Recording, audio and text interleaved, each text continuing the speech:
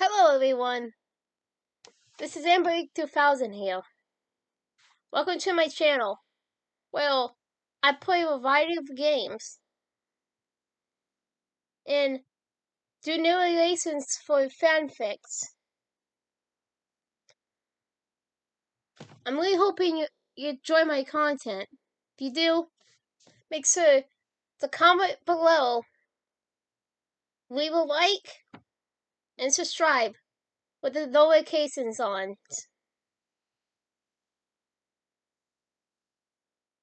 Right, so next time, this is AmberAnkNA. Welcome to my channel. So, hi! The taste of love is sweet when hearts like ours meet. When Max opens the door to their apartment, she's greeted by the loud chugging of pans and Chloe cursing. Max laughs and sits herself down on the entryway table before moving to retrieve her keys from the door. In the time it takes Chloe to realize she's home, Max is able to lock the door, take off her shoes, drops her camera bag off in the living room, and make it part way to the kitchen. "Hey, Max!" Chloe says as she stands up from where she's crossing and brushes a few loose strands of hair out of her face. Her hair is tied back in a loose ponytail, and she is ready changes out of her work clothes into sweatpants and a tank top. She looks a little frazzled, but smiles at Matt all the same, holding out her arms for a hug. "How was Portland?" "Good," Matt replies. "I wish you could have gone, though." She throws her arms around Chloe's neck and immediately sneaks into the embrace. After a moment, Matt pulls away with a content sigh and drops her arm to her sides. Before Chloe can ask, Matt says, "The Cowie accepted the 4th series." Chloe stares at Matt, dumbfounded for a second, before scooping her up into another hug. Matt laughs, and when Chloe releases her, she's grinning. "Oh, baby! That's amazing!" Chloe finally says. Once her initial excitement settles, she gently cups Matt's face in her hands, fun blushing against her cheek. "I'm so proud of you!" "I know, Chloe." Matt pulls her down for a brief kiss. "I couldn't have done it without you."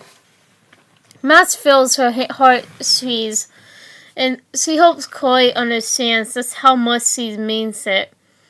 A number of photos were of Chloe, and even when she wasn't a directly enough photo, she was still supporting Max in one way or another. Between working as a town mechanic and all the time she spent helping rebuild, Chloe had become quite reportable when in the community. In other words, she had a lot of connections in town willing to lend a hand. So if her girlfriend wanted to go out on one of the fishing boats for a day, well, Chloe knew a guy. Matt had started this project not long after she returned to Cambridge, after only 3 years. She was surprised by how far the recovery process had come given the odds stacked against the small town. There was something beautiful in watching Acadia rebuild itself from the ground up, and Matt wanted to capture every detail, both the progress and the setbacks. The series was unconventional at first, a mod product of film formats and film stocks. Matt liked to think of it as being electric, making it the perfect representation of Acadia Bay. In the time Matt had spent working on it, she felt herself begin to heal as well, though the tragedy of the storm will never wholly go away, for both her and the town. It was a step forward. Chloe's gaze softens, her hands find the way to Mass's hips. Anything for my girl, Chloe murmurs, leaning on the kiss Mass again.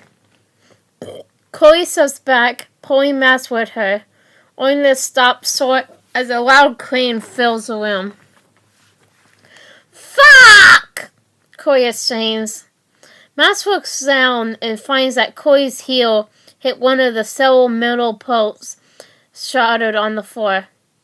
Mass covers her mouth with her hand as she laughs, and notes how Chloe's cowl listens slightly at the sound. I'm never putting that shit away in that cabinet again! I swear this happens every fucking time! And you say that every time too. Mass smiles and leans her head on Chloe's shoulder. How's the heel? Think you'll recover? Fine. The only thing bruised is my ego. Chloe shakes her head. Oh, goodness. That bad time. Sorry about it. An aching feeling seizes. Excuse me. Use heel fin. Helmet. Chloe shakes her head and crosses her arms over her chest. She sighs, then bends down to pick up one of the pots and inspects it before setting it on the counter. Mind putting the rest away while I get the water started? Mass nods and crosses down to pick up the pots.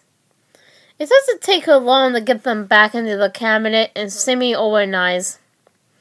Once finished, Mass walks over to Chloe and presses a kiss to her cheek, as Chloe mumbles, "So off."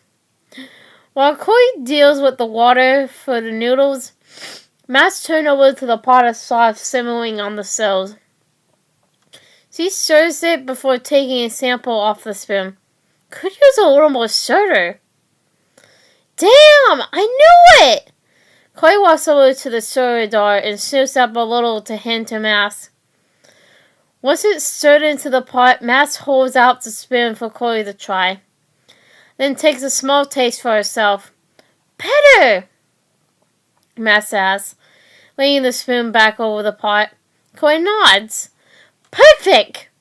Anything else I can help with? Nope. Chloe leans against the counter, her palms, and winks. Go get chains! I got it under control now. Babe?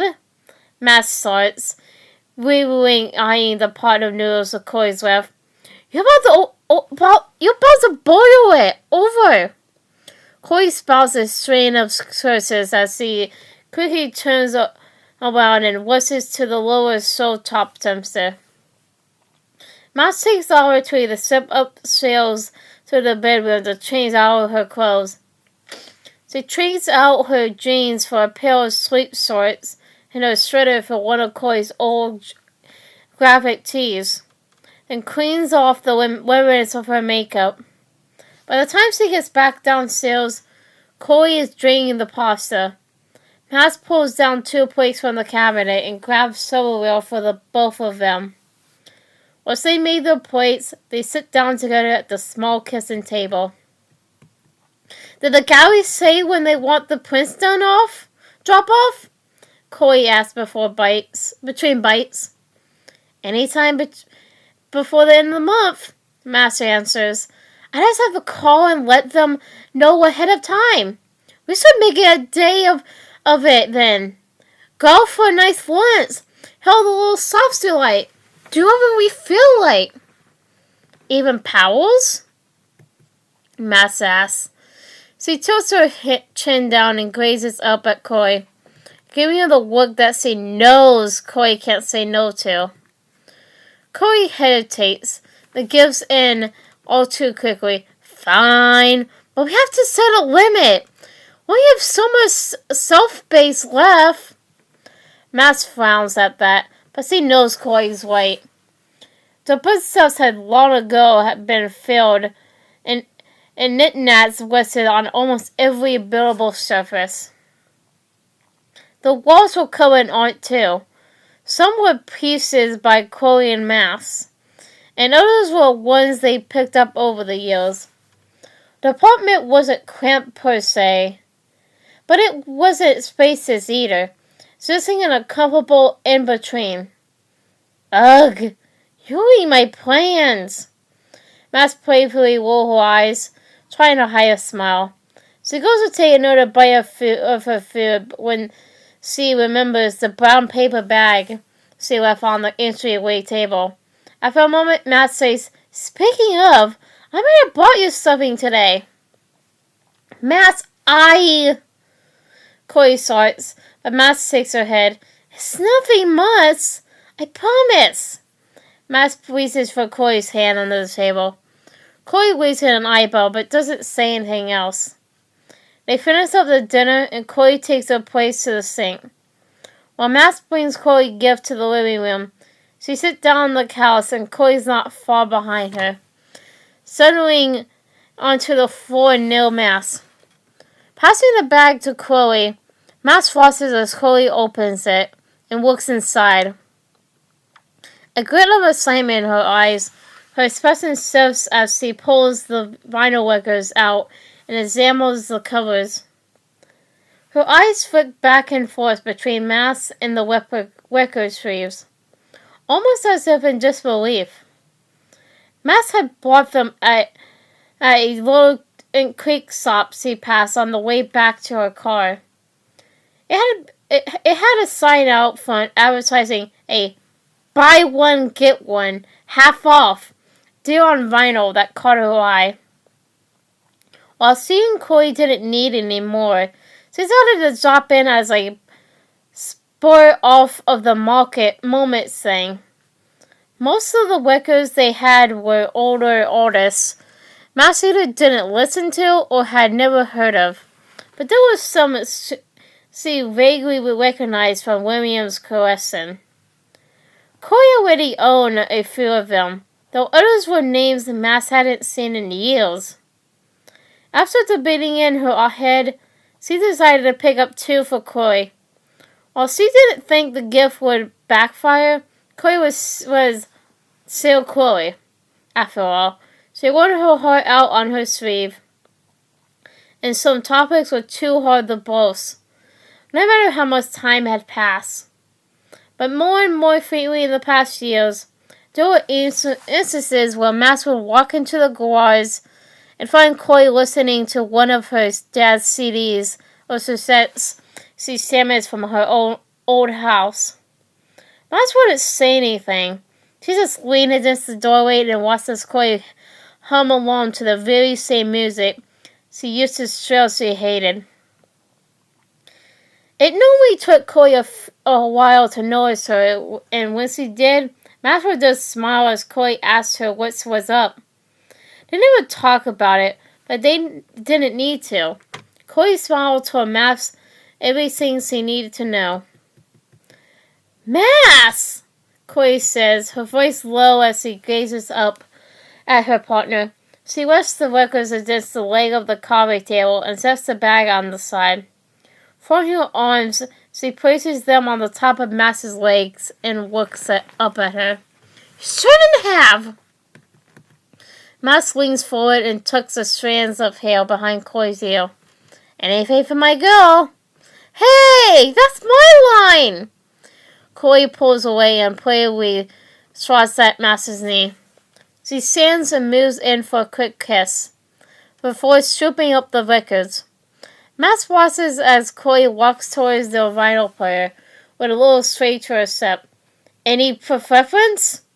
Chloe asks, holding up a record in each hand and giving them a quick shake. "Your pick." Matt shifts to face Chloe. Chloe contemplates the records for a moment, then tucks the Paisley Clan one away with the rest of the vinyl. She got her back to Matt as she slides a Johnny Cash record out of its sleeve and placed it on the platter. As the music starts up, Chloe walks towards Matt with an expressive smile, holding out her hands, and Matt allowed Chloe to pull her to her feet. Matt laughs and joy bubbles up in her chest. As Chloe attempts to spin her, she nearly loses her balance in the process. But all Max can focus on is how bright Cory's smile is. With spinning proven to be too risky, Cory pulls her close, and they begin to stray vaguely in time to the music. Once the song finishes and transitions into another, Cory moves away slightly. "I can't believe you remembered," she whispers, lifting her forehead against Max's. "Of course I remember. William practically soundtracked our every sleepover with his music." Max's hands slide off Cory's shoulder, and she reaches for Cory's hand. "Do you remember when he was driving us to your 8th grade exams and he had..." What was that one mistape? Max trails off, her brows slouching as she tries to recall some of the names of the song. "Oh!" Cory's eyes light up at the forgotten memory. "I think it was one with all the Sonotrons. I remember we used to sing along to it while doing the dishes, too. Let's make Mom laugh." Cory pauses, and grief slowly straws her features. Her voice is soft as she adds, "Fuck! I miss him." Trails strip down to Cory's cheeks, and Max pulls her into a tight hug. "I know." Max whispers as comfortably as she can. "I know." Max ignores a scene of guilt that strikes her chest every time the loss the storm caused is referenced. While it's no longer the big, looming cloud of pain it once was, it's still there, only smaller now. And the feeling fades almost as quickly as it had came. "Max!" Cory begins as she pulls away. "Do you think..." She trails off, slitting her eyes. The vulnerability etched into her expression that causes Max off guard. Despite all the times she's seen it over all the years together, do you think they'd be proud? I mean, for us? Max swallowed light. "Oh!" and reaches up to hold Cory's face in her hands. "The proudest," she answers. This is far from the first time they had this type of conversation. Though that doesn't make it any easier. The fact that we're still here together in itself is amazing. But to think of all the work you put in to get where you are now, it's nothing to scoff at. I mean, with the Cory Price of 5 years ago, where would he be here? With me? Soul dancing to an old country song? Max searches Cory's eyes, trying to get a read on her emotions, but it's near impossible.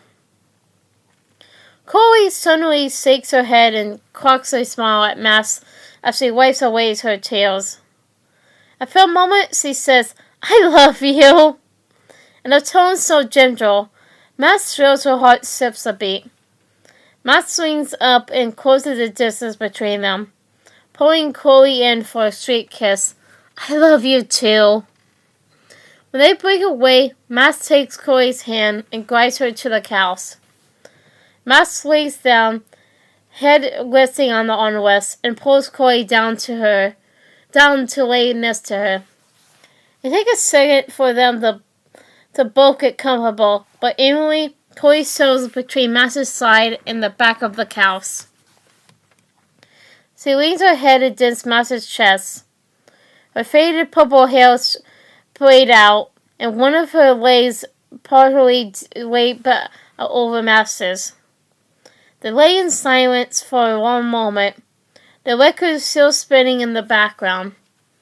Max brings her hand up and starts spinning her fingers through Cory's hair, carefully taking out of its ponytail. Cory practically melts it against her. "Are you gonna dye it again or let it go for real this time?" Max asks, as he lightly traces her blunt fingernails along Cory's scalp. "Not sure. To be honest, I kinda miss the blue." Cory sighs. "Fuck! I don't know. That's a problem for future Cory, I guess." The brew was hot! Mouse hummed thoughtfully, twisting a strand of Chloe's hair around her finger. But you're hot no matter what. Thanks, babe. This conversation has been a huge help. Chloe huffs, and Max can feel the warmth of her breath through her t-shirt. Maybe we should get some highlights too. Yeah? Mm-hmm. It'd be really hot when your foot strands dyed. Like pink or something. Chloe lifts her hands and brushes her fingers against Max's cheek. But, you're hot regardless. Max laughs. Now who's saying lines? What can I say? I'm a wordsmith. Chloe gives a little sigh and rubs her hand on Max's shoulder. Her thumb starts rubbing a loose pattern by the collar of Max's shirt. Her earth-like skin rough, yet not unpleasant, as it smashes collarbone. They fall back into silence, and Max left her eyes slip shut. She's not sure she ever felt as content as she does in this moment. Chloe's body cooled against hers. The two of them started together like matching puzzle pieces. They so close. Almost unclear where Chloe ends and Max starts. And, briefly, Max thinks they might as well be one. Chloe sips, drowsing Max from her farts, and moves to press a lazy kiss against Max's jaw. Then she lays back down, practically on top of Max this time, and yawns. It's not the most comfortable position in the world, and, for a second, it quite literally takes Max's breath away. It's not exactly uncomfortable either. Not for the first time, Max finds herself thinking that she may be glad that she and Chloe are able to enjoy the little moments like this. Laying here like this with Chloe, Max finds it hard to focus on anything else. She feels no fear for the future or pain from the past. Instead, only the love in this present moment. Hi everyone. This is AmberAnkNA 2000 again. Well, I hope you enjoyed the video. Because, I really did enjoy making it. But, so I hope you enjoyed it. Comment, like, and subscribe with the notifications on down below. Till next time, bye!